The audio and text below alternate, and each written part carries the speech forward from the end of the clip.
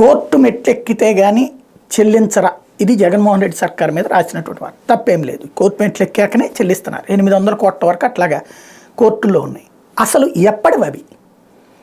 చంద్రబాబు నాయుడు జగన్ సర్కార్కి బుర్రా బుద్ధి వాడట్లేదు. కానీ సరిగ్గా అయితే 2019లో 2018 నవంబర్ నుంచి 2019 జూన్ వరకు, అంటే జగన్ ప్రభుత్వం ఏర్పడే వరకు ఆ 7-8 నెలల్లో ఎన్ని లక్షల కాంట్రాక్ట్లు ఇచ్చారు?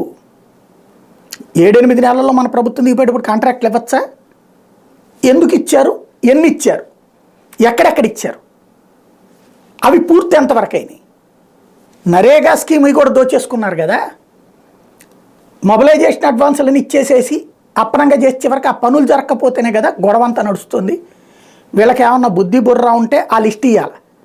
ఏది 2018 నవంబర్ నుంచి 2019లో చంద్రబాబు సర్కార్ దిగిపోయి జగన్ సర్కార్ వచ్చేలోపు ఎంత టెండర్లు ఇచ్చారు అన్నట్టు.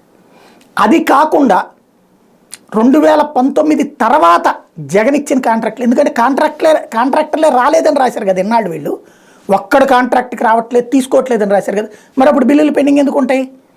పాత బిల్లులే కట్టట్లేదు కాబట్టి కొత్తగా కాంట్రాక్టులు తీసుకోవట్లేదని 3.5 ఏళ్ళని రాస్తానే ఉన్నారు.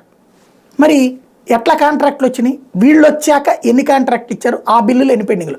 నాకు తెలిసి వీళ్ళు వచ్చాక ఆ సచివాలయాలు, గ్రామ సచివాలయాలు, వార్డు సచివాలయాలు, భవనాల నిర్మాణాలు, ఆసుపత్రుల నిర్మాణాలు అవి అయితే ఖచ్చితంగా ఇచ్చారు. అవి ఎంత పెండింగ్లో ఉన్నాయి? అది ఈనాడోళ్ళు లేదా తెలుగుదేశం వాళ్ళు బయట పెట్టాలి.